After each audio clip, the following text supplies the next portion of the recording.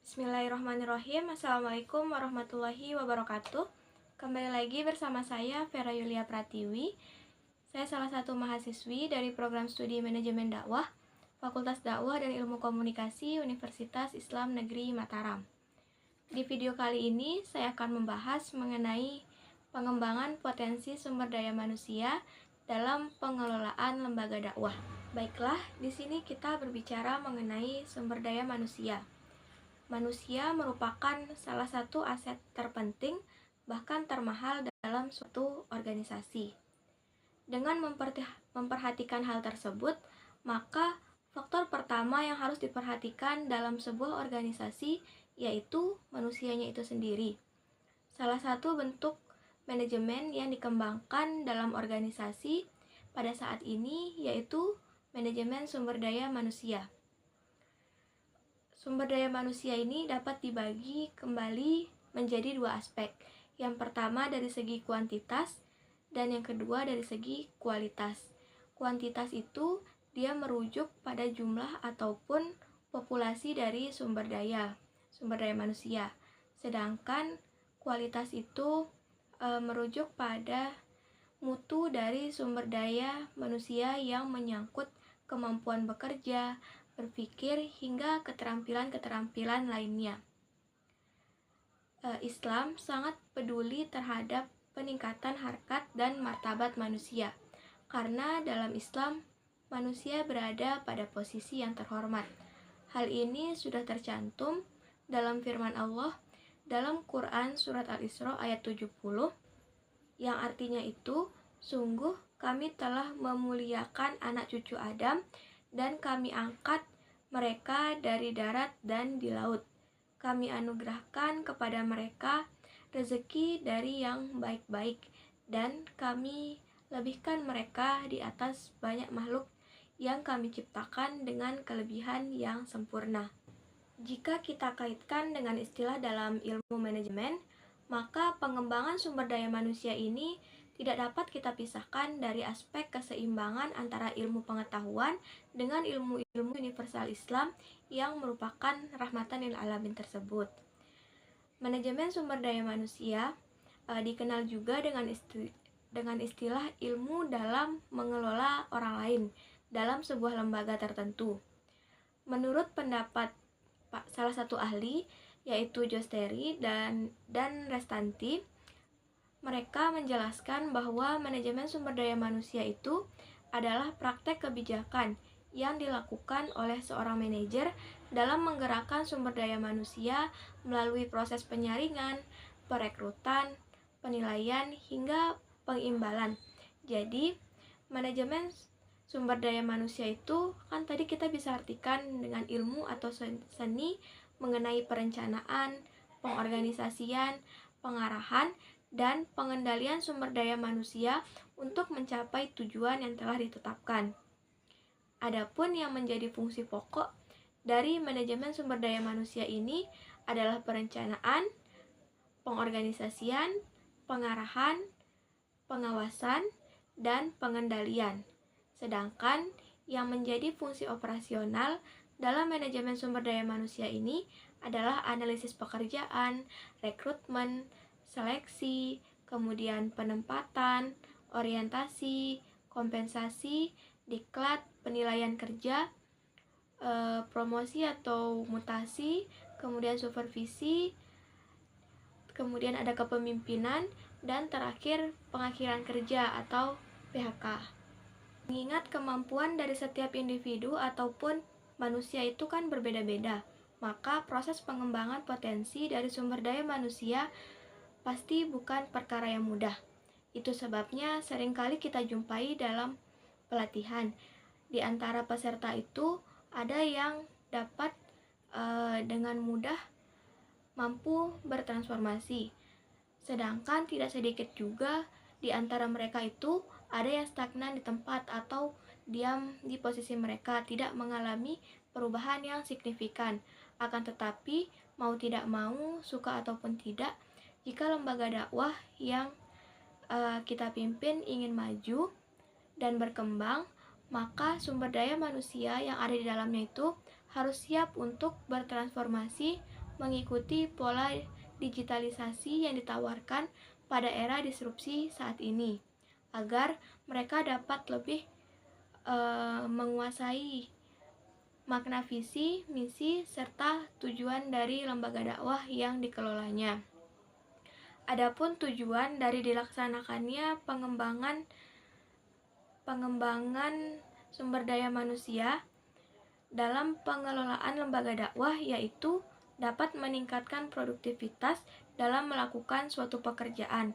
Tentunya setiap lembaga dakwah menginginkan produktivitas dalam lembaganya, karena dengan hal ini dapat mempengaruhi output atau hasil dari suatu pekerjaan.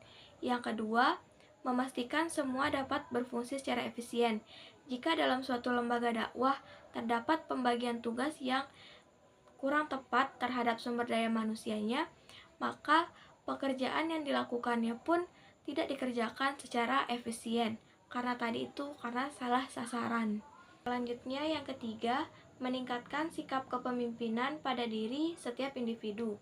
Pengembangan potensi sumber daya manusia pada lembaga dakwah juga dapat meningkatkan sikap kepemimpinan. Terdapat serangkaian kegiatan yang dapat membuat karyawannya itu memiliki jiwa kepemimpinan dalam dirinya.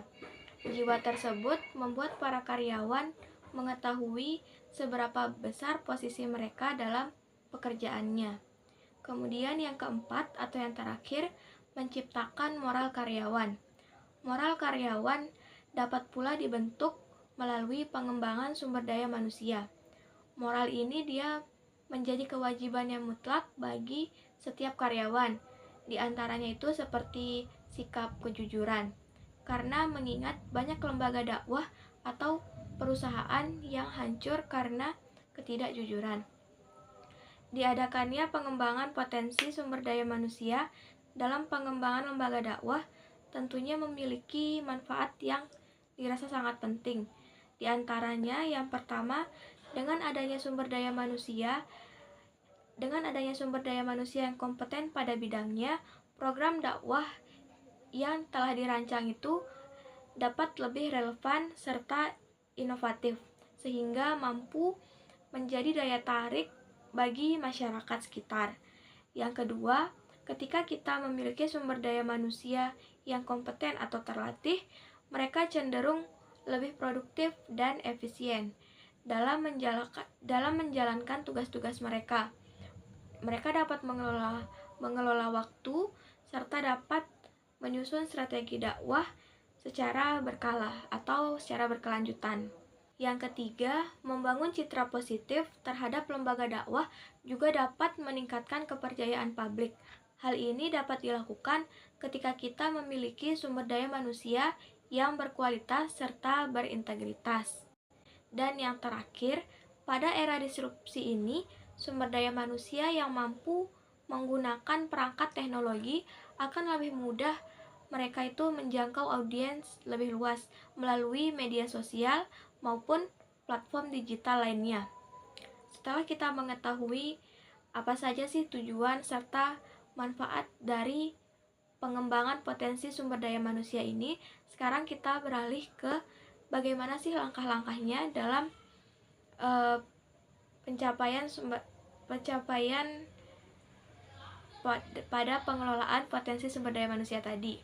Langkah ataupun upaya dalam pencapaian tujuan serta manfaat dalam pengelolaan potensi sumber daya manusia ini pada lembaga dakwah sangat penting bagi kita untuk memahami faktor-faktor yang dapat mendukung ataupun menghambat proses pada kegiatan tersebut. Dengan memaksimalkan faktor pendukung serta mengatasi hal yang menjadi faktor penghambat, suatu lembaga dakwah dapat membangun sumber daya manusia yang tak hanya kompeten, namun mampu juga melakukan adaptasi atau beradaptasi terhadap perubahan zaman yang terus mengalami perubahan, terkhusus pada era digital saat ini. Dalam melakukan pengembangan potensi terhadap sumber daya manusia dalam lembaga dakwah, yang menjadi faktor pendukung yaitu ketika kita mendapatkan dukungan dari pimpinan ataupun manajer dalam suatu lembaga, karena ia dapat memfasilitasi kegiatan dalam rangka pengembangan sumber daya manusia, seperti menyediakan pelatihan dan lain sebagainya. Kemudian, faktor pendukung lainnya yaitu akses serta sarana prasarana yang memadai. Tentunya, ketika tersedia ruangan untuk kita melaksanakan pelatihan yang di dalamnya itu terdapat pula perangkat teknologi yang mendukung beserta jaringannya yang dapat membantu kita mempermudah pada saat proses pelatihan. Kemudian yang ketiga, adanya komitmen dari individu atau kesadaran dari individu itu sendiri. Dengan adanya hal tersebut, motivasi dan kemampuan belajar dari setiap anggota sangat diperlukan agar mereka mampu menyerap segala ilmu yang diberikan pada saat proses pelatihan. Sedangkan faktor penghambat dalam pengembangan potensi sumber daya manusia pada lembaga dakwah meliputi yang pertama, keterbatasan dana. Setiap kegiatan dalam pengembangan potensi sumber daya manusia atau setiap kegiatan lainnya tentu memerlukan anggaran atau dana yang memadai. Jika tidak ada anggaran untuk membuat pelatihan, maka potensi yang dimiliki oleh sumber daya manusia tidak dapat dikembangkan. Faktor kedua yaitu keterbatasan akses pada perangkat teknologi ataupun sarana pendukung. Dari adanya keterbatasan dana tadi dapat menyerempet pada keterbatasan akses serta sarana dan prasarana. Sedangkan yang kita ketahui bersama, saat ini segala bidang tentu memerlukan perangkat teknologi dalam melaksanakan pekerjaannya. Yang ketiga, kurangnya sumber daya yang ahli dan kompeten. Pada saat melakukan pelatihan, tentunya kita memerlukan pelatih yang sudah profesional gitu, serta memiliki pengalaman. Namun, ketika jumlahnya itu kurang, maka dapat pula mempengaruhi efektivitas dari pelatihan itu yang dapat berakibat peserta itu tidak mendapatkan pelatihan atau materi yang sesuai. Selanjutnya, ketersediaan waktu.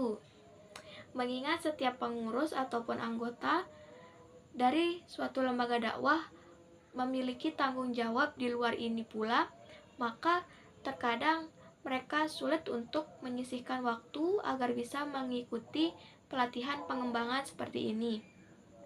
Dan yang terakhir, kurangnya kesadaran akan pentingnya pengembangan bagi sumber daya manusia. Beberapa orang tentunya kurang menyadari bahwa pengembangan ini diperlukan untuk masa yang akan datang. Karena kurangnya kesadaran itu dapat berakibat bahwa seseorang itu beranggapan bahwa pengembangan ini bukan menjadi prioritasnya, sehingga dia bisa untuk tidak mengikuti kegiatan tersebut. Dengan memperhatikan beberapa hal di atas, beberapa hal yang telah saya sampaikan, diharapkan sumber daya manusia dalam suatu lembaga dakwah dapat berkembang secara lebih optimal lagi, serta adaptif terhadap tantangan di era digital, seperti yang kita rasakan saat ini. Sekian yang dapat saya sampaikan mengenai materi pengembangan potensi sumber daya manusia dalam pengelolaan lembaga dakwah. Kurang dan lebihnya saya mohon maaf. Wallahu a'lam bishawab. Wassalamualaikum warahmatullahi wabarakatuh.